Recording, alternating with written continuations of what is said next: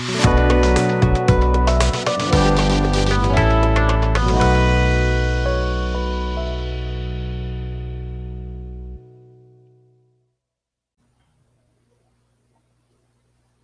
araw po sa inyong lahat. Ito ang inyong lingkod, si Brother Joel Mazo at ang ating kasama, Brother Mark, bati ka muna.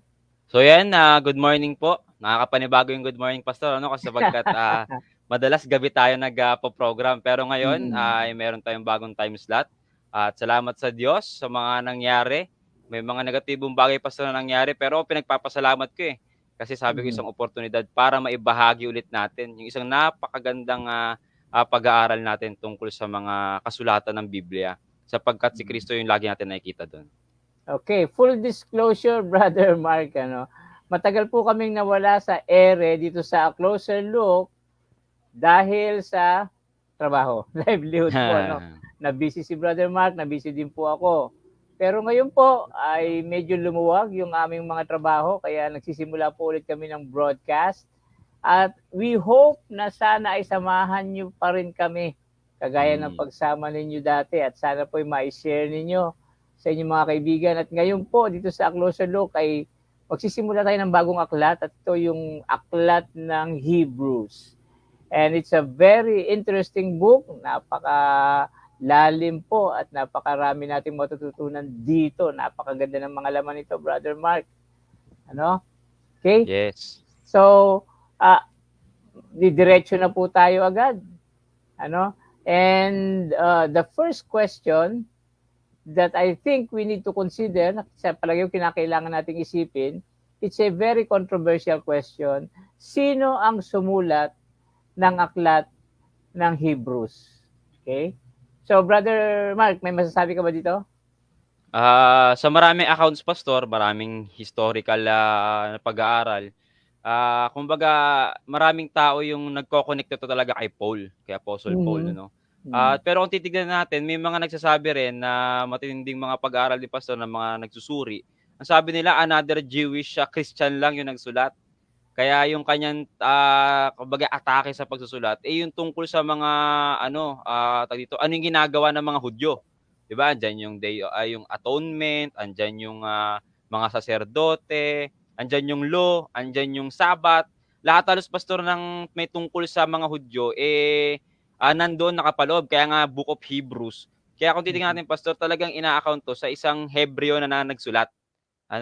Kaya kung titingnan natin, Pastor, si Paul, malaki rin yung kanyang kaalaman tungkol sa kaya sa kanya ito ibinigay. Pero, Pastor, alam ko na may mas maganda kang sagot tungkol doon, kung bakit ito ay talagang maibibigay natin yung authorship kay Apostle Paul. Yeah, although yung libro po hindi sinasabi kung sino ang author, kaya yung iba kaya umaangal yung iba, hindi naman si Paul ang writer niyan. Kasi kapag yung aklat ni Paul, kapag sumulat si Paul ng aklat, nandoon kagad sa simula. Sinasabi niya. Sinasabi niya, from Paul with Timothy, yun. Dito wala. So sabi, ibang style. At saka yung aklat, maraming laman ng mga salita na hindi ginagamit ni Paul. At hindi ganito magsalita si Paul. Kaya lang, kagaya ng sabi mo, dapat isa siyang Hudyo, dapat familiar siya sa Jewish customs. Yes, sa customs at saka sa sanctuary. At dito, sa bandang dulo ng aklat, sa benediction and final greeting, sa chapter 13 ng aklat, sabi dito sa verse 22, basahin ko, Mark Paul, yung verse 22. Sige po. Brothers and sisters, I urge you to bear with my word of exhortation.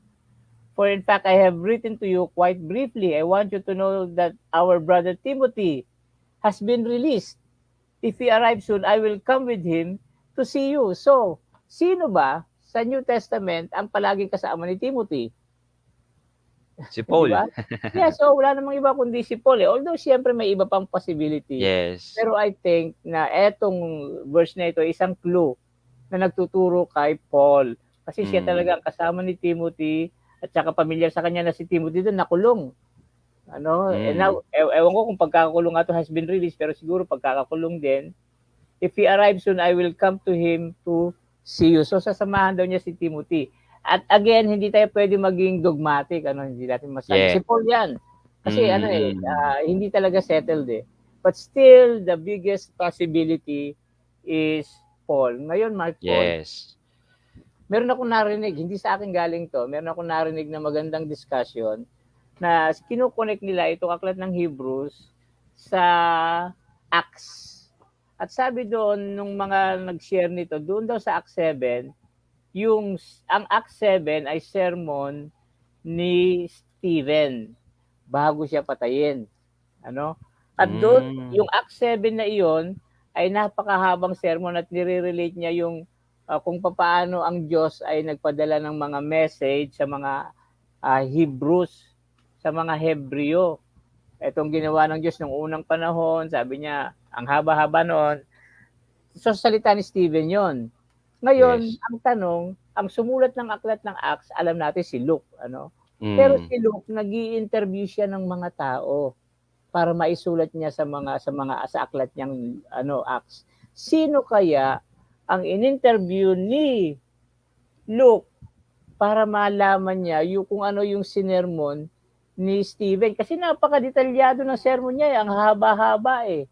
Diba? From verse 1 hanggang verse verse 53. Biruin mo yan, 50 verses. Dinitalye niya yung sermon ni Stephen. Wala si Luke nung panahon na yon na nagsisermon si Stephen. Pero merong isang tao na nandoon. Yes, kilala ko rin yun, Pastor. Yeah, oo. At inilagay niya yung pangalan niya doon sa bandang dulo.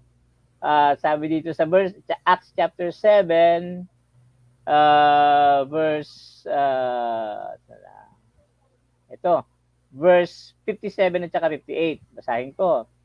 At this, they covered their ears and yelling at the top of their voices, they all rushed at him, dragged him out of the city, and began to stone him. Meanwhile, the witnesses laid their coats at the feet of a young man named Saul. Okay. So, yung Saul, yun po yung unang pangalan ni Pablo. Yes. Bago siya naging Pablo, siya ay naging Saul. So, bakit inilagay doon yung pangalan ni Saul? Parang ang connection niya lang siya lang yung humawak ng mga damit na bumabato kay Stephen. Binilagay pa yung pangalan niya. Hindi inilagay yung pangalan ng mga bumabato. Yung pangalan niya nilagay. Palagay ko lang, Mark Paul, ay si Paul ang nagkwento kay Luke noong sermon ni Stephen. At anong connection nito sa Hebrews? Palagay ko lang si Paul din ang nagsulat ng Hebrews at yung Hebrews ay continuation ng sermon ni Stephen dito sa Acts chapter 7. Ano po? Kasi pinapatuloy niya yung message ni Stephen sa Acts chapter 7 ay ang Diyos ay nagpadala ng messages sa Israel sa pamagitan ng mga propeta at saka mga patriarka. At kung babasahin natin yung Hebrews, yung simula ng Hebrews chapter 1, ganun din ang sinasabi. Sabi sa chapter 1 verse 1, in the past, God spoke to our ancestors through the prophets at many times and in various ways. But in these last days, He has spoken to us by His Son. Yun din ang sinasabi ni Stephen sa Acts chapter 7. Na ngayon, yung messages ng mga prophets ay tungkol kay Jesus Christ. Yes.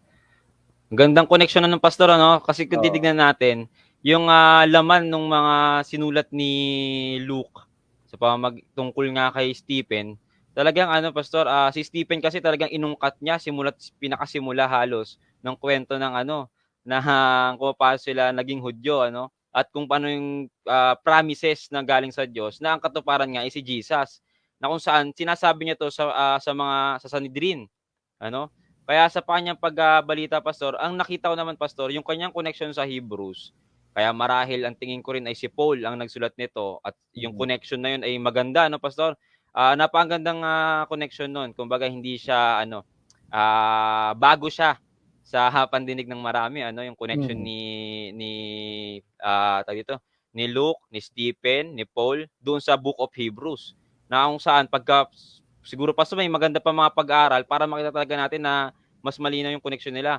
Pero more than a continuation, Pastor, nakita kong mas ipinaliwanag pa dito ni Paul sa Hebrews kung ano yung meron sa, kumbaga binalangkas niya pastor yung bawat topic na meron si Stephen sa mga sinabi niya, yung tungkol sa mga alay, tungkol sa mga saserdote, tungkol sa pagsasabat at kung ano-ano pang tungkol dun sa sermon ni Stephen. Napakaganda pastor ano, kasi kung titignan natin, kung hindi talaga natin siya, kung pag-aralan natin, babasahin natin, may kinig lang tayo kung kani-kanino, hindi natin na basta-basta makikita yung mga ganon. Kumbaga dapat talaga basta nag-iisip tayo sa bawat talata ng Mhm. Biblia. Hindi yung naka-base lang tayo sa standards, naka-base lang tayo sa kung ano yung alam na natin na turo at aral, kasi karamihan ay gano'n na lang. Okay. So Mark Paul, siguro pwede na tayong dumiretso. Yun lang muna ang ating para Opo. alam ko marami pa pwedeng pag-usapan dito, kailan isinulat, pero yun muna yung author Mm. ng libro. Kung meron po kayo sa tingin ninyo na ibang tawag dito, ibang possible na author. Yung iba marami sinasuggest. Pwede po sabi nila si Silvanus o kaya si Apollos, pero mahirap pa sagutin kumbaga i-detalye 'yon. Ngayon Mark Paul, siguro ay bago tayo magpatuloy sa pagbabasa na mismo, going to i-post mo muna yung mga viewers natin, ba? Meron tayong mga viewers at Oo nga 'no. nagko-comment agad sila. Yan. Good morning, Retuya. Si Retuya po. Galing pa pala siya si Brother Retuya ng Misamis Occidental. Talagang Yeah. matagal nating kakwentuhan yan, pastor. Yes. Kamusta? At Yes. saka si Robert, kumusta? Sister Beth. Ba? Available na daw. Sabi po ni Sister Beth, praise God, may available time na po kayo to continue this broadcast. Yes po, praise the Lord, nabawasan yung trabaho namin. Amen. Okay. At si Lowen ay nag-like din si Brother Apo. Lowen, kaibigan natin na seaman. Okay. So, ngayon po ay didiretso na tayo sa sa pagbabasa, Mark Paul. Siguro Mark Paul, ikaw pwedeng bumasa, and could you please read chapter 1 verses 1 hanggang 3 siguro, Mark Paul, or 4. Sige po, basahin ko po sa English. Chapter 1, Hebrews chapter 1 verse 1. God who is sundry times and in diverse manners spake in time past unto fathers by prophets, hath in these last days, spoke unto us by his Son, whom he hath appointed heir of all things, by whom also he made the worlds. Verse 3, who being the brightness of his glory, and the express of image of his person, and upholding all things by the word of his power, when he had by himself purged our sins, sat down on the right hand of the majesty on high.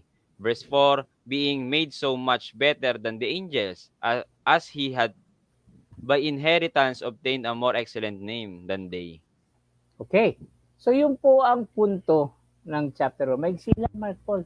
Yung chapter 1. At saka yung sinasabi dito, si Jesus daw, meron siyang better name. Sa ibang version, it's more excellent name than the angels. Hindi lang siya pangalan, Mark Paul, ibig sabihin ng name, Ang name sa Bible, pwede mong sabihin na character, pwede mong sabihin na authority, title, yes, oo. So, ang sinasabi ng chapter 1, si Jesus mas mataas. Yes. Kaysa sa mga angels. In short, yun lang po ang And nagbibigay siya ng mga reason. Ang nakita ko 3 reason, Mark Paul, kung bakit mas mataas si Jesus kaysa sa mga angels. Number 1, si Jesus ay son, anak. Nabasa mo naman, di ba? She is the son. Tingnan natin ulit, i-word for word natin. But in this last days, he has spoken to us by his Son. So, anak si Kristo ng Diyos. Anak siya ng Diyos. Yung mga angels, hindi sila, anak sila ng Diyos, yes, created sila. Pero siya ay, kasi, capital S. Iba yung kanyang pagiging anak. Kaysa sa tao, kaysa sa mga angels. Sabi nga doon, only begotten son sa John 3:16. So, meron sige. Kaya nga naniniwala ako ng pastor yung pagiging anak din ng mga angels. Kasi marahil anak din talaga ang tawag sa kanila, di ba? Ang yung authority ng pagiging anak nila, nanggagaling lang din yung kay Kristo kung paano tayo bilang mga tao. Ano kasi tayo bilang mga tao, kaya lang tayo naging anak, ay dahil din kay Kristo. Kaya yung Mm. authority ng pagiging anak ng mga angels ay galing lang din sa kanya. Kaya better name yung meron siya kaysa din sa mga angels. Yes, kumbaga siya yung panganay na anak, ano. Yes. Kasi yung panganay na anak sa ano ng mga Hebrews, siya yung nagmamana ng lahat, eh. Siya Mm. talagang tagapagmana ng Father. Okay, so yun ang unang reason. Yung pangalawang reason, He is the King. Sabi dito sa verse 2, whom He appointed heir of all things. Yung heir, tagapagmana, no? So, Mm. kinukunik ko yung pagiging tagapagmana niya sa pagiging king niya. Yung pagiging king ni Kristo, minana niya. Ano, kasi ganun talaga sa ano po, sa Old Testament, eh. Yung hari, yung anak niya na panganay, yun ang magiging susunod na hari. Mm. So, Christ was a king na minana niya yung kanyang pagkahari. And third, he made, through whom also he made the universe. So, yun yung pangatlong reason kung bakit more excellent yung pangalan ni Kristo, because He is Creator. Yes. Okay? So, yun yung tatlong karakter ni Kristo na nakikita ko na nagiging dahilan kung bakit mas mataas siya sa mga angels. Number 1, He is the Son. Number 2, He is the King. And Mm. number 3, He is the Creator. Okay. At yung mga susunod na verses dito sa chapter 1, kumuquote lang si Pablo ng mga verses galing sa Old Testament para patunayan yung mga punto na yon, para patunayan na si Jesus yung Son, para patunayan na si Jesus yung King, at para patunayan na si Jesus yung Creator. He quotes from the Old Testament. So itong author ng Hebrews, alam niya yung Old Testament. Ano, Yes. basang-basa niya yung Old Testament. Mm. At kagaya ng sabi ni Retuya, si Pablo daw ay isang Pariseo. Ano? Kaya alam niya yung sanctuary, and being a Pharisee, he also knows the Old Testament. Kasi yung mga Pharisee, Mark Paul, kinakabisado nila yung Old Testament. Kasi yung Old Testament, yun po yung Biblia nila ng panahon nila, eh. So, hindi lang siya tumuturo kay na author si Paul, kundi pinapakita rin na yung method ng pagkasulat ng Hebrews ay ginagamit, it respects the authority of the Old Testament at ginagamit yung para patunayan yung punto niya Yes. na mas mataas si Jesus. Okay? May gusto So diyan pastor, makikita natin na talagang ano, kumbaga para siyang continuation talaga nung sinasabi ni Stephen. Kasi yung audience marahil ay mga Hudyo din. Kaya kanyang ini-elaborate, kanyang pinapaliwanag. Kaya nagko-quote pa siya ng mga verses gaya ng Old Testament sa pagpapakilala tungkol kay Christ. Kasi yun ang naging problema pastor ng mga Hudyo. Ano? Alam nila ang buong kautusan, alam nila ang Torah, alam nila ang mga sulat ng mga propeta, ng mga ng mga patriarchs, no? Pero ang naging problema nila, yung yung pinaka sinasabi nung kanilang libro na kinakabisado ay hindi nila nakilala nung nabuhay yung ating Panginoong Hesukristo, ano? Kaya dito pastor, habang kino-quote at pinibigay ni Paul yung mga pagpapakilala tungkol kay Jesus, kino-quote niya pastor kung ano yung mga sinasabi sa Old Testament patungkol kay Jesus para ma-relate, makita talaga ng mga Jewish na ito, ng mga Hebrew na ito, na itong libro na meron tayo na pinag-aaralan, kinakabisado, at alam na alam natin ay tumuturo talaga patungkol dun sa Kristong nabayubay dun sa krus. Naalala ko tuloy yung Luke chapter 24, Mark Paul. Yung dalawang alagad na galing sa Jerusalem, tapos naglalakad sila papunta sa Emmaus. And then, malungkot sila kasi napako si Kristo sa krus, eh. Napatay, akala nila patay na si Christ. Ano? Now, biglang may lumapit sa kanila at hindi nila kilala kung sino yung tao na to. At sinabi niya, bakit kayo malungkot? Hindi mo ba alam ang nangyari? Sabi niya, mga nakailang araw, si Jesus Christ napako sa cross. And then, ano yung ginawa ng stranger na to? Sabi dito, sa Luke 24 verse 25, ako magsisimula ng basa. No? Sige po. So, tingnan nyo rin po sa Bible ninyo. Luke 24 verse 25, sabi doon, He said to them, how foolish you are, and how slow to believe all that the prophets have spoken. Did not the Messiah have to suffer these things and then enter His glory? Hindi ba dapat na magdusa yung Messiah pagkatapos papunta na sa kanyang glory. And beginning with Moses and all the prophets, he explained to them what was said in all the scriptures concerning himself. So si Jesus, nung mag-Bible study, nagsimula siya kay Moses sa Pentateuch, and then pumunta sa mga prophets, at ipinapaliwanag niya kung ba ano sinasabi ng mga scriptures na yon tungkol sa kanya. Yes. So yun talaga ang tamang pamamaraan po ng pagba-Bible study. Ano? Yes. Ituturo natin kay Jesus yung sinasabi ng Bible, hindi lang para patunayan ang isang doktrina, kundi ang purpose talaga ng Bible ay tumuro kay Jesus. At yun yung ginagawa ng author ng Hebrews sa chapter 1. Yes. Sa katunayan nga, Pastor, dun sa kanyang pagsasalita, sa verse 1 pa lang, God who at sundry times, in diverse manners, spake in time past unto fathers by the prophets. Tapos tuloy pa niya, in this last days, he spoke unto us by his Son. Talagang yung pinapakilala niyang Diyos, Pastor, ay Diyos na kumakausap. Hindi hindi siya Diyos na kumbaga hindi siya Diyos na nagpapatalino. Kasi ganun karamihan alam nang natin yung Bible, alam nang natin yung doctrines, tumatalino tayo. Nalalaman natin. Ang problema, Pastor, wala siyang impact sa atin bilang mga tao. Pero kaya yung pagpapakalala dito, Pastor, relationship. Yung sinasabi ng Hebrews. Yung Diyos, kita mo, Pastor, simula ng chapter 1 chapter 1 verse 1, God nagsasalita siya sa mga unang pao, sa unang panahon, sa pamamagitan ng mga propeta, at ngayon naman sa pamamagitan ni Kristo. Ngayon sa panahon natin, Pastor, ang dapat nakakausap natin at nagsasalita sa atin ay si Kristo. Kaya sa bawat buklat natin ng Biblia, sa bawat pag-aaral natin ito, sa bawat pagba-Bible study natin sa mga tao, pag-evangelize natin, dapat talaga na ipapakita natin sa kanila na dapat yung nakakausap natin na Diyos yung ating naibabahagi sa kanila. Hindi yung ang alam lang natin, ganito yung dapat gawin. Ito yung mga doktrina, ito yung mga turo. Yun yung nagiging problema kasi madalas, Pastor. At marami nakaka-misinterpret. Hindi natin sinasabi, Pastor, na wag natin sabihin, wag natin ituro yung mga doctrines, yung mga rules, yung mga aral. Hindi natin sinasabing wag yan ituro at wag natin gawin, wag natin i-practice. Ang sinasabi natin, if we evangelize, we have to dig deeper into relationship. Dapat na ibibigay natin yung relasyon na meron tayo at na ibabahagi natin sa mga tao.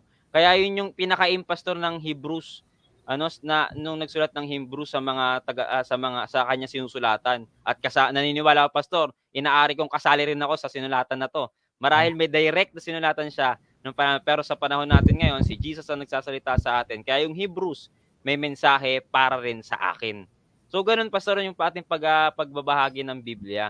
Hindi yung, yes, tama naman na meron tayong mga doctrines, mga tinuturong doctrines, pero hindi ibig sabihin nun, nabibigyan natin siya ng relasyon sa Diyos. Kung hindi natin na talagang nagagamit ito ng tama. Ang kadalasan nga, Pastor, ito yung totoo. Sabihin mo sa tao yung doktrina, tinanggap niya, ipanglalaban lang din niya sa ibang doktrina. Ganyan yung nangyayari. Okay.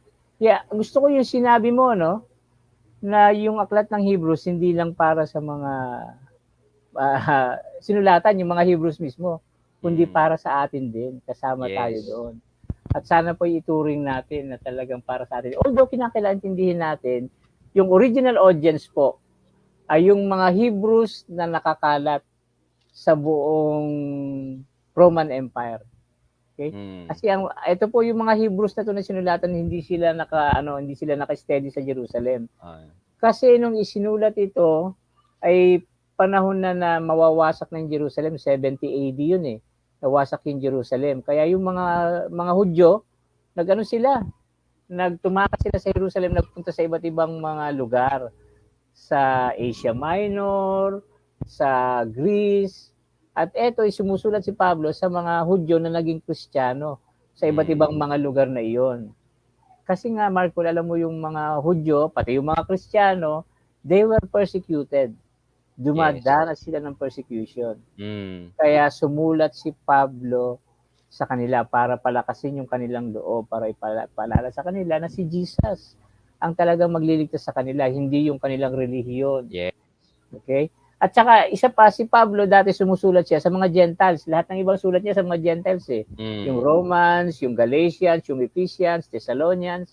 Lahat yan sa mga Kristiyano, I mean mga Gentile na naging Kristiyano. Pero itong Hebrews, kung sulat nga ni Pablo ito'y sulat sa mga Hudyo na naging Kristiyano. Kaya may pagkakaiba talaga. Kaya hindi nakapagtataka na yung mga words na ginagamit niya at yung style ng pagsulat niya ay iba kaysa sa mga ibang sulat niya. Kasi iba yung iba yung audience eh. Ano? Paul? Yes. Kaya kung titignan, Pastor, kung yung audience niya, Hebrews o mga Hudyo, ipinapakita niya dito kung paano niya inire-relate yung libro na meron yung mga Hudyo. Para maipaalala talaga niya si Jesus. So, sa panahon natin ngayon, Pastor, kahit anong basa natin ng Biblia, hindi natin na basta itinuturo lang sa mga tao. Una tayo mga Pilipino, hindi tayo Hudyo. Hindi natin basta hindi natin basta naiintindihan kung ano yung meron talagang customs yung mga Hudyo. Kaya kailangan inuungkat talaga natin yung Pastor, pinag-aaralan talaga natin kung ano yung mga yon. Ano? Kaya sa panahon natin ngayon, kung titignan natin, yung bawat pag-ungkat natin na yun, yung bawat pag-aaral na ginagawa natin na yun, lahat yung tuturo, Pastor, ang turo lagi kay Kristo.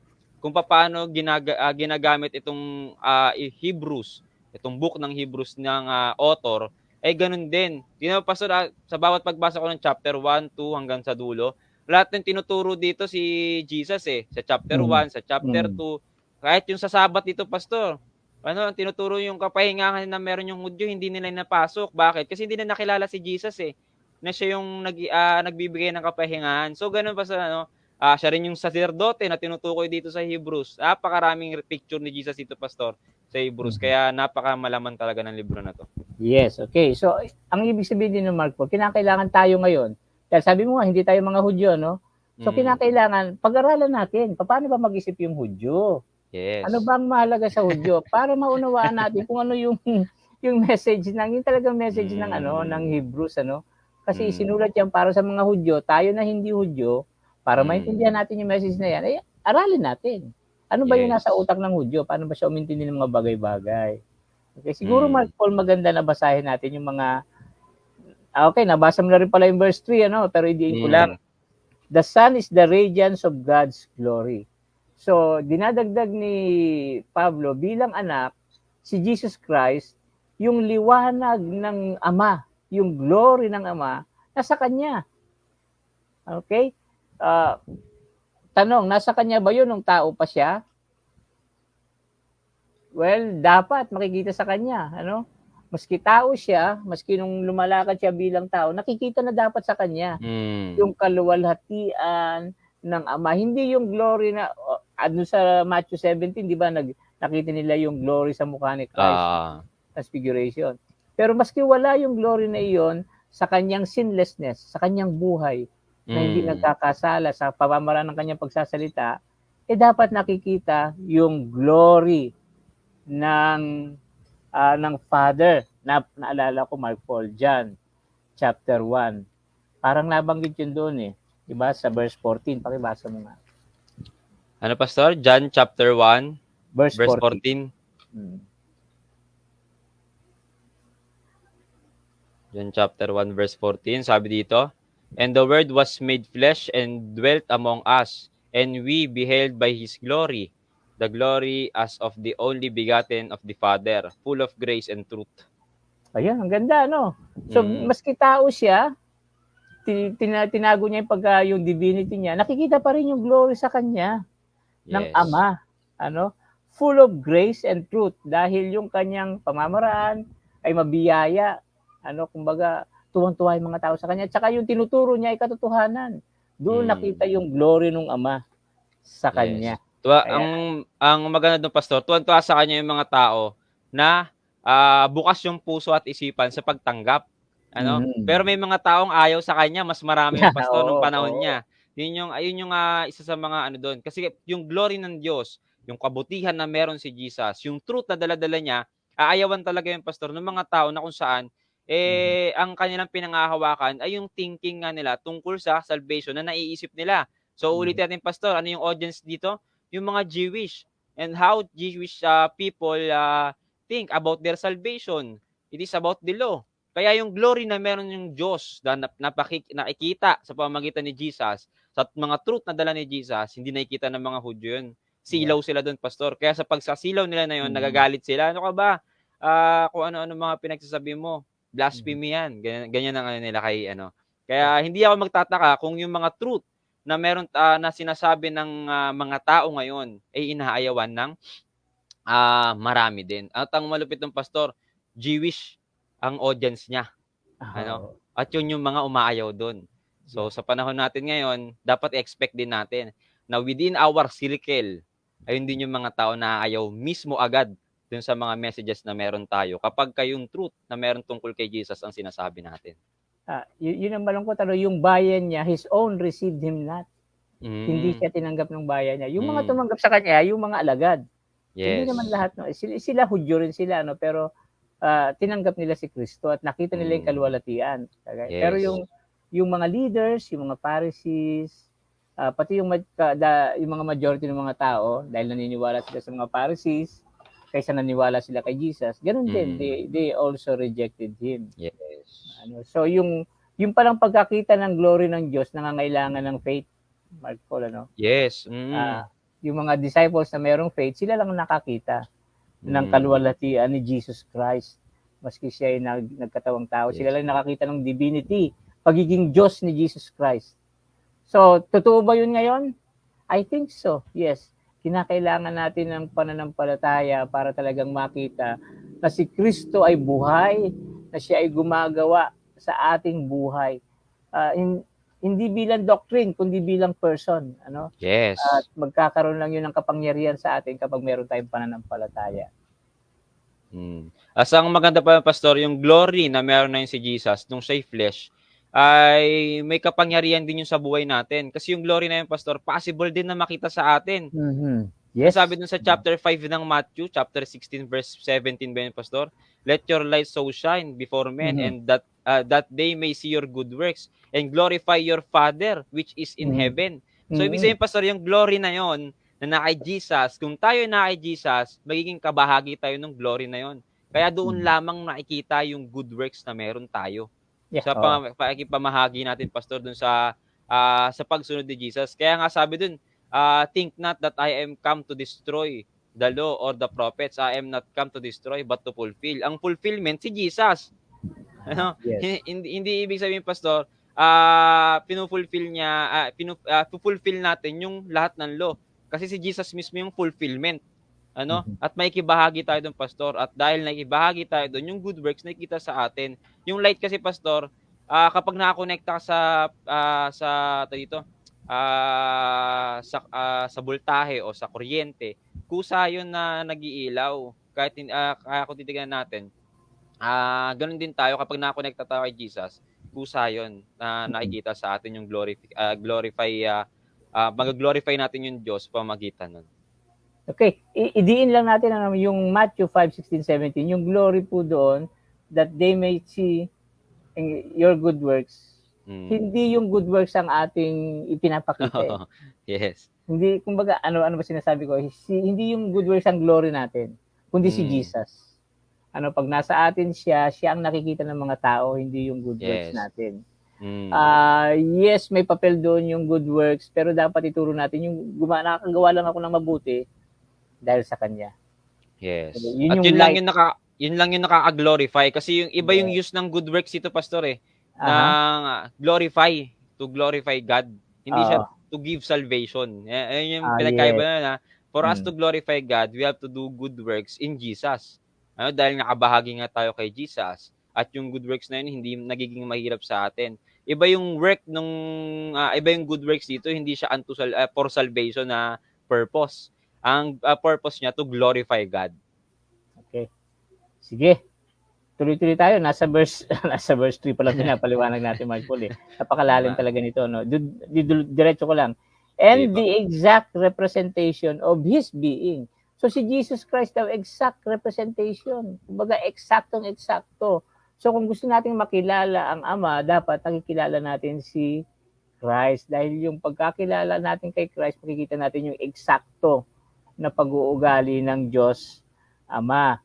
At sabi dito, susunod na dulong bahagi ng verse 3, sustaining all things by His powerful word. Yung all things Mark Paul, kasama doon yung sanlibutan, ano? So yung sanlibutan daw nasusustain sa magitan ng salita, yung word of God, yung lumalabas na ano. Pero tinuturo nito sa atin, tayo din. Hindi lang yung world, hindi lang yung sanlibutan ang nasusustain sa magitan noong salita ni Kristo, pati yung Kristiyano. We are also sustained by His word. Ibig sabihin, Mark Paul, ako nagkakaroon lang ako ng buhay dahil sa salita ng Diyos. Galing ako sa retreat, sa reunion ng mga kaklase ko dati ng mga pastor. At yung isang kaibigan kong pastor na nasa US, alam niya yung pinagdadaanan ko. Alam niya na ang dami-daming kumukontra sa akin. Kapag nagpo-post ako sa Facebook, ang dami-daming basher.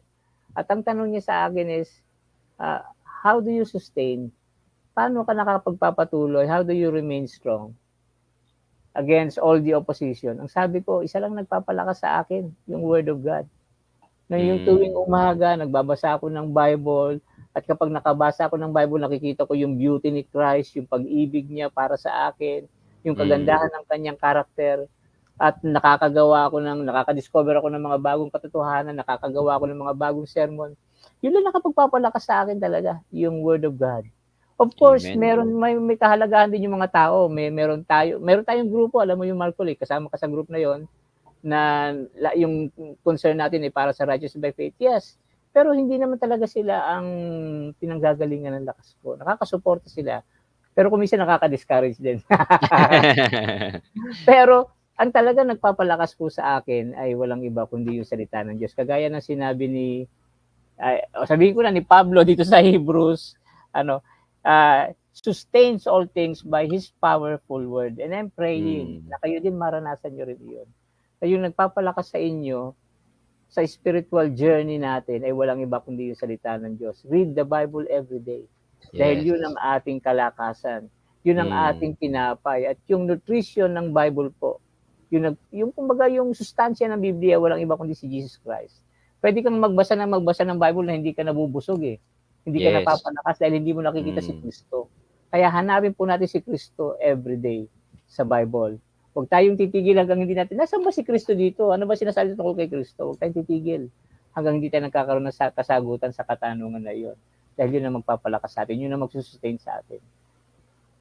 Yes, yun nga. Kaya nga, Pastor, sa totoo lang, yung nangyari sa akin sa mga nakaraan, kinatuwa ko pa. Kasi sabi ko, lalo ako magkakaroon ng time para, lalo na magkakaroon din tayo ng program, may kita ko kung sino yung Kristo na sinasabi mo kanina. Kumbaga, kasi siya yung kalakasan talaga natin. Siya yung magiging natin na sustainer ng strength, ng endurance natin dito sa mundo. Kasi kung tayo lang talaga, Pastor, wala. Baka hindi na kita sinamahan. Kasi matindi, 'di ba? Matindi yung laban. Kaya nga ang sasabihin natin, ang akala kasi natin expected natin persecution bilang mga Adventist, yung mga galing sa labas. Pero mga kapatid, sabihin ko sa inyo, mas masakit at mas matindi yung persecution na nanggagaling sa loob. Kaya kung titignan natin, ganun na namang kasakit yung naranasan ni Jesus nung panahon nung siya ay pinag-uusig. Una, kasama niya yung mga kapatid niya, yung mga kanyang mga kasama sa bayan ng Hudyo. 30 years siyang nabuhay, Pastor. Andun, kasama niya, kasalamuhan niya yung mga tao doon. Marahil close pa niya yung iba, kabiruan niya. Pero nakikita niya yung mga muka na inaalipusta siya. Nakikita niya na dinuduraan siya, nakikita siya na pinahihirapan siya. At inuusig siya sa mga bagay na hindi naman niya ginawa at hindi niya gusto. At ang kadalasan doon, Pastor, ganun din ang mangyayari sa atin. From the beginning of the Bible, ganun ang nangyayari. Ang labanan ay kapatid sa kapatid. Simula pa lang kay Cain at kay Abel. Ganun din ang pinakamagiging kwento sa huli. Kaya mga kapatid, uulitin ko, ayun ang paghandaan natin, yung internal persecution. Kasi yung internal persecution ang panggagalingan nung makakaharapin nating external persecution. Galing sa loob, Pastor, tatapong kanila palabas at doon kanila ibibigay sa parusa. Ganyan ang kwento ni Paul, ganyan ang kwento ni Jesus, kaya iniwala ko ganyan ang magiging kwento ng isang Kristiyano na nagay Kristo. Okay, thank you po. At okay magugulat kapag yung persecution nasa loob ng church. At yung nagpe-persecute sa atin yung mga kasama natin. Brother will hate brother. and sister will hate sister. Matutupad po yun. Okay? Itutuloy ko lang yung basa, Mark Paul. After he had provided purification for sins. So bilang anak, Mark Paul, ito yung ginawa ni Kristo. Siya yung anak na nagbigay ng kanyang buhay para malinis yung kasalanan ng mga kapatid niya. Yes. Naalala ko yung Genesis chapter 22, yung anak doon si Isaac. Ibinigay niya voluntarily yung buhay niya kasi walang dalang tupa si Abraham si Abraham para i-sacrifice eh. Kaya sabi ni Abraham, ikaw ang sacrifice, sabi niya. At umaangal ba si Isaac? No. He gave himself willingly. Nakakamangha yun. It's amazing na ibibigay mo yung buhay mo, Mark Paul. Pero mas amazing yung father si Abraham. Nakukunin niya yung buhay ng anak niya. Ano? Ako, kung tanungin mo ako kung papatayin ko yung sarili kong anak, hindi ko magagawa yun, Mark Paul. But it was really God who was instructing Abraham. Alam niya iyon. And Abraham had faith. Naniwala siya na kung sakaling mawala yung kanyang kaisa-isang anak na si Isaac, magbibigay pa rin ng Diyos. Yes. Ng kapalit niya. Yun ang faith ni Abraham at yun ang klase ng faith na gusto ng Diyos na mapasa atin. The faith of Abraham, because Abraham's faith was reckoned as righteousness. Yes. Kaya righteousness by faith yun. So yung katwiran po natin, hindi yung pagsunod natin sa utos, kundi yung pananampalataya natin kay Kristo na siya yung sumunod sa utos. At yung pagsunod niya sa utos, humantong sa kanyang sacrifice doon sa cross. So bilang anak, ibinigay ni Kristo yung kanyang buhay para malinis tayo sa kasalanan. Okay, so yun, kasama pa sa pagiging anak. Ito sa pagiging hari, kasi sabi ko, Son, King, and Creator. Ito yung pagiging hari naman. He sat down at the right hand of the majesty in heaven. So after na ma-resurrect si Christ, umakyat siya dun sa langit at tumupo siya sa kanan ng Diyos Ama. Pag upo niya sa kanan, may trono siya. Okay, so yun, hari na siya, Mark Paul. Pero yung pagiging hari niya, dumaan muna siya sa cross. Okay? Para maging hari dun sa langit, dumaan muna siya sa cross. Binigay niya muna yung buhay niya before he became the victorious king.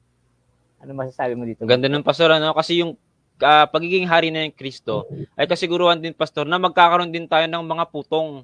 Ang sabi ng Revelation, ano? Magkakaroon din tayo ng mga putong na kagaya nung kanya. Kaya yung surety yun, pastor, na tayo bilang mga makasalanan, hindi karapat-dapat sa langit, ay merong magkakaroon ng karapatan sa langit. Kasi nakoronahan si Kristo bilang hari. At surety yun na tayo rin ay magkakaroon din ng putong na yun. Ang ganda ng pastor, ano, kasi kung titignan natin, dito sa Hebrews, kinaklarify talaga kung ano yung gain ni Jesus after nung kanyang mga sacrifices ay magiging gain natin kung tayo ay sasampalataya lamang sa kanya. Hindi pa natin gain. Ano ba yung ibang term doon, pastor? Magiging pakinabang natin. Grabe mo, pastor, no? Kaya nga may isa akong naalala tuloy na kapatid, hindi ko mababanggitin yung pangalan. Sa kanya ayaw niya noon, pastor. Gusto niya gagawa siya kasi parang kinakawawa mo naman doon si Kristo, kay Kristo mo na lahat ibinapasan.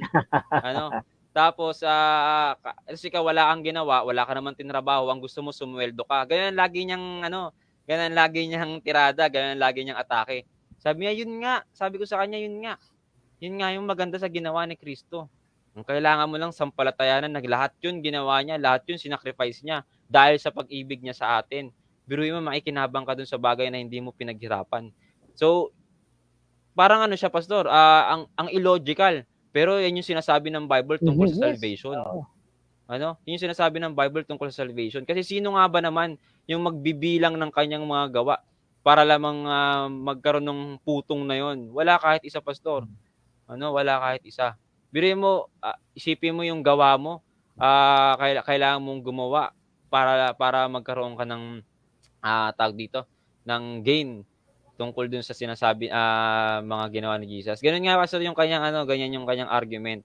Ang gusto daw natin, dahil naniniwala tayo sa faith alone, sa grace alone, at Christ alone, naniniwala daw tayo na parang gusto daw natin sumusweldo tayo nang wala tayong trabaho.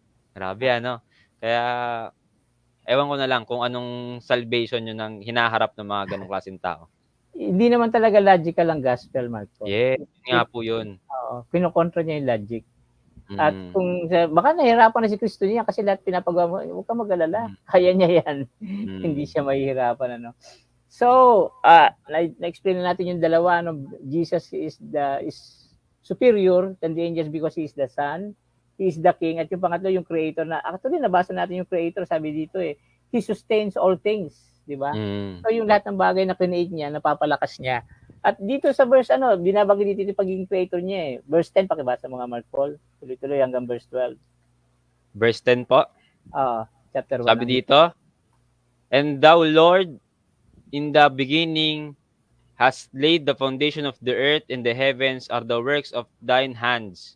And as a vesture shalt thou fold them up, and they shall be changed. But thou art be same, and thy years shall not fail." Binasa mo yung hanggang 12. 12. Okay. So yung kino-quote ni Paul dito yung Psalms chapter 8. Yun ang sabi sa Bible ko. Psalms chapter 8 daw ang kino-quote ni Paul para patunayan na si Jesus Christ yung Creator. Basahin ko nga yung Psalms chapter 8 verse 6. You made them rulers over the works of your hands. You put everything under their feet. Tama ba? Andun ba yun? With the work of your hands. Andun? Tama ba? Chapter ano po? 8 verse 6 ng awit. Wait lang, pastor. Nahanap ko lang. Yun ang sabi ng Bible ko. Yun ang cross-reference dito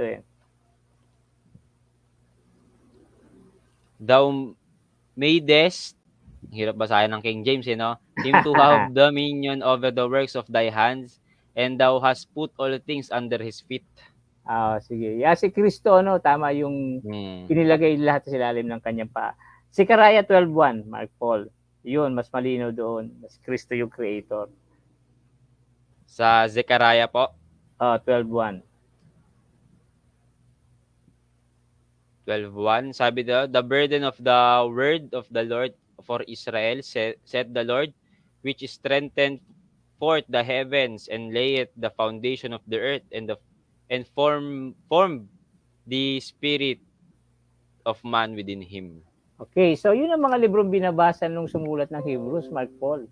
Yung awit at saka yung Zechariah. At kino-quote niya dito. Okay? So hindi na natin basahin, Mark Paul, yung ibang mga verses dito. Pinapatunayan lang yan kasi yung tatlong bagay. Jesus is the Son, Jesus is King, at saka Jesus is Creator. That's why He is superior than the angels. Mas mataas pa siya kaysa sa lahat ng mga angels. Mark Paul, oras na tayo. Siguro, ang bilis, Siguro magtatapos na tayo, Mark Paul. Sino si Christ na nakita mo dito sa Hebrews chapter 1? Simple ba, pastor? Kagaya ng sinabi ko kanina, Jesus who spoke to us. Sinasabi ng Hebrews sa verse 1 pa lang. Siya yung Diyos na kumakausap. Ibig sabihin, pastor, pag kinakausap ka niya, gusto niya makipagrelasyon sa'yo. Magkaroon kayo ng communication at makabuild ng relationship. Hindi kagaya nung akala ng marami na kapag alam mo yung sabat, alam mo yung hindi pagkain, yun na yung relationship ninyo. No. Ang Diyos na kilala ko, pastor, nakikipag-usap. Siya yung nagsasabi sa akin ng mga dapat kong gawin, mga hindi ko dapat gawin, at kung paano ko malalagpasan yung maraming mga bagay. Kaya Jesus who spoke to us, yun yung Jesus ko nakikita. Ganda yan, na si Jesus nagsasalita sa ibig sabihin malapit siya, Mark Paul. Yes, totoo. Kaya pastor, kapag tinanong ka, ewan ko nga, pastor, ito lagi ko ginagawa, pumubisita ako sa isang simbahan tinatanong ko yung, halimbawa, may group discussion, tinatanong kung sino yung Jesus na nakikilala. Napapatuka nga sila sabi ko, bakit? So yun, meron agad tayong conclusion, di ba? Yes, marami tayong oras na hindi natin mailaan sa Diyos. Pero ako naniniwala ko, pastor, every hour, every minute, nandiyan siya. Tanungin mo siya, kausapin mo siya, mararanasan mo siya. Okay. Sa akin naman, ang nakita ko naman Jesus dito, Jesus is superior. Si Jesus ay mas mataas sa mga anghel. So dapat, sa buhay ko, dapat itaas ko si Jesus lalo. Yes. Wag ko siyang ibababa, wag kong pag nagpapaliwanag ako ng Bible, si Jesus dapat itataas ko. Hindi yung religion ko. Hindi ko pagmamalaki yung nagagawa ko sa pananampalataya ko si Jesus. Ang dapat itinataas natin kasi siya yung superior. Ang totoo nga, Pastor, dapat yung religion natin si Jesus din ang tinataas eh. Di ba? Oo, yung church natin. Oo, hindi yung church natin. Oo. Pero ito, ewan ko, lagi na lang nilang tinitake kasi lagi as masama, hindi as paalala, hindi as a brotherly counsel. O kasi siguro kasi bata ako, di ako kilala. Mm. At gayon din kayo, Pastor, di na kayo nagpapastor, kaya siguro hindi na nila gusto yung mga sinasabi mo. Mm. Ano? Pero yun yung nakikita natin, ano, na mas naitataas natin kung ano tayo bilang church, kung ano yung mga turo natin bilang church, yun yung mas naitataas natin, hindi si Kristo. Kaya Yeah, para sana tayong bumabalik nung 1888, Pastor, na yeah. nakalimutan nila yung Kristo tapos nung sinabi sa kanila yung mensahe, ayaw rin nila. Yeah. So lift up Jesus po. Yes. Mark Paul, siguro bago tayo mag-pray, magtapos, basahin mo muna lahat ng mga comment. Ini-encourage po namin kayo na mag-comment. At ang daming nag-comment ngayon, siguro i-ano natin, Mark Paul. May oras pa naman tayo kasi konti, ano, i-ano natin. Sige po. Sige, si Brother Retuya, mayroon po siyang sinabi. Sabi niya, Amen bro, Mark, si Kristo ang fulfillment ng kautusan at doon tayo nakatuon. Amen. Thank you po. Ganda, Ang ganda no? ng comment nyo. Nakatuon tayo kay Kristo dapat. Kay Lueno, kay Sir Lueno, Sir Lowen. Through Jesus inside us and His righteousness, we produce good works. So Jesus is the reason we manifest good works. Ang ganda, Yeah. no? Oh, yan yung sinasabi ko sa Matthew 5:18 and 19. Si Brother Returia, we feel daw niya tayo, Pastor. Yung mga persecution. Naghahanap din siya ng Q&A sa susunod na siguro.